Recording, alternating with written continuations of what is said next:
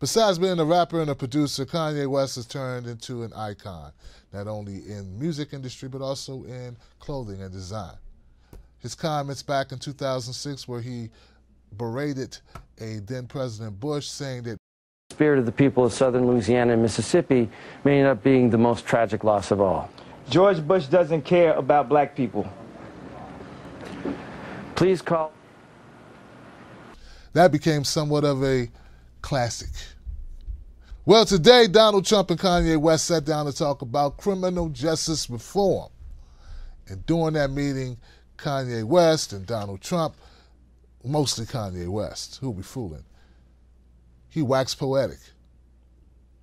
But during those moments, I was able to see something that have changed my opinion about Kanye West. Now, up until this point, I've been highly critical of Kanye West. I had to be. He was saying things that were haphazard, reckless, dangerous, wrong. From the need to abolish the 13th Amendment, which makes no sense. Then he later corrected and said he wants to amend it. Okay, I'm with that. Also, the slavery was a choice. Hear about slavery for 400 years? For 400 years? That sounds like a choice. And I don't apologize to anybody for calling Kanye out on those two issues. But when it comes to what's happening now with Kanye West, I think it's time to call those people who are calling Kanye out. It's time we call them out a little bit. Kanye West today, during his meeting with Donald Trump, he made these comments. I think it's the bravery that helps you beat this game called life. You know, they tried to scare me to not wear this hat, my own friends, but this hat, it gives me power in a way. You know, my dad and my mom separated, so I didn't have a lot of male energy in my home. And also, I'm married to a family that, you know, not a lot of male energy going on. It's beautiful, though. But there's times where, you know, it's something about, you know, I love Hillary. I love everyone, right? But the campaign, I'm with her, just didn't make me feel as a guy that didn't get to see my dad all the time, like a guy that could play catch with his son. It was something about when I put this hat on, it made me feel like Superman. You made a Superman, that's my favorite superhero. And you made a Superman cape for me also as a guy that looks up to you, looks up to Ralph Lauren, looks up to American industry guys. Non-political, no bullshit, put the beep on it, however you want to do it, 5 seconds delay, and just goes in and gets it done. Right now, you gave me the heart to go to Adidas, because at Adidas, when I went in 2015, we were a $14 billion company. Kanye West is not lucid. He doesn't have a stable mind, a sound body. Him admitting that he had bipolar disorder, it's on full display now. I don't think that Kanye West is properly medicated, if he is medicated at all. I think Kanye West is showing signs of someone who's not all there. But instead of people taking the high road and saying, well, you know what, Kanye West, I don't think he's okay. They're using it, this moment. They're exploiting this moment with Kanye West for their own benefit. I see the Democrats exploiting Kanye West, as the Democratic Party is known to do. They take black pain and use it to their own benefit. In this case, they used Kanye West's bipolar disorder against him, to ridicule him, to mock him, as they did famously here in this clip. So Kanye West is what happens when Negroes don't read. And we have this now, and now Donald Trump is going to use it and pervert it, and he's going to have somebody who can stand with him and take pictures. Just looking at Scott's face. Scott's like, whoa, okay. So it's a Chris Rock reference, by the way, Scott. Go back and watch the old Chris Rock stand-ups from the 90s. At some point, someone has to raise their hand and say, hey, the mocking of a obviously mentally challenged, mentally unhealthy individual may not be the most upstanding, most ethical thing to do. But instead, they all sat on a panel and made jokes about it. I got a problem with that. But I also got a problem with the people on the right who use Kanye West regardless to what condition he's in.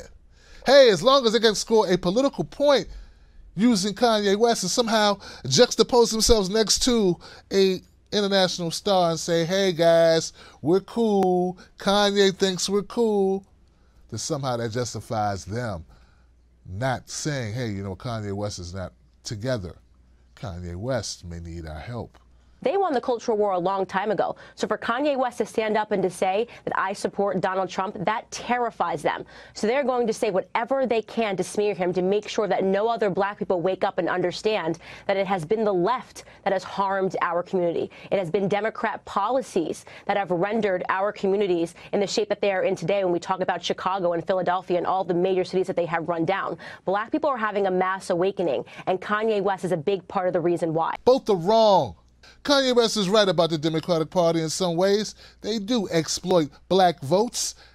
I've been stating from day one that if you want the vote, you got to earn the vote. And then when you get the vote, you got to give us something for the vote. And until that time, Democratic Party does not own the black vote. Nor should they think they own Kanye West. But on the other side, I want to know what the GOP's giving. Just the fact that you're not the Democrats isn't enough to get my vote either. I know there's some black folks who are really disenchanted to the point where they want to just go vote Republican ticket. And I say, I hear you, but I also got to look at how those Democrats or how those Republicans in those cities, in those states across the country, how their policies might impact folks who have to live there. People don't want to accept the truth, which is we really don't have a party. It's not the Republican Party. The party ain't the party of Lincoln. And the Democratic Party is no more the party of FDR. What we have is parties of convenience and parties of exploitation, and parties of bigotry and parties of lies and corruption and corporate money. That's really where we are.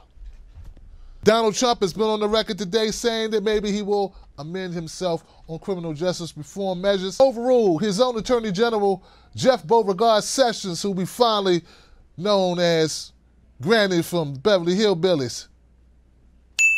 Be that as it may, folks, if any good can come out of a meeting between Donald Trump and Kanye West, I'd support that. Even though I don't feel that Kanye West is the best steward of a criminal justice reform package. Having Kanye West be the subject matter expert on criminal justice reform simply because he lived in Chicago makes about as much sense as having Tim Black be the steward for marijuana legalization because I smoked weed last month with a friend of mine on the back porch. There are people who are far more credentialed to have these conversations. Be that as it may. You guys make me sick. It's disgusting what you're doing with Kanye West. You folks that are dragging Kanye West from pillar to post, knowing, obviously, that this man has a mental situation, shows that your level of ethics, there is none. Talk about hypocrisy. What happened to all you Democrats who were so appalled when Donald Trump made fun of the disabled man while on the campaign trail? Looks to me like you're making fun of Kanye West right now, and I'm not seeing much outrage from you. In fact, some of you are laughing it up. Hypocrites. Both sides. Hypocrites. Your depravity has no bounds. Endless. And your selfish and greediness to get a moment, a soundbite that might benefit your side, disgusting. I say all this and still say I disagree with the politics of Kanye West, but I disagree with both parties and the exploitation of him a little bit more. I'm looking at you, GOP officials and GOP talking heads, and I'm looking at you, you liberal spewers, mouthpiece for the Hillary Clinton wing of the Democratic Party, and I'm saying, have you no decency? Kanye West is not an elected official. He's a person who's been given a mic. I hold you as pieces of the media, as elected officials and journalists. I hold you to a higher standard. And it appears, maybe, you're incapable of reaching it.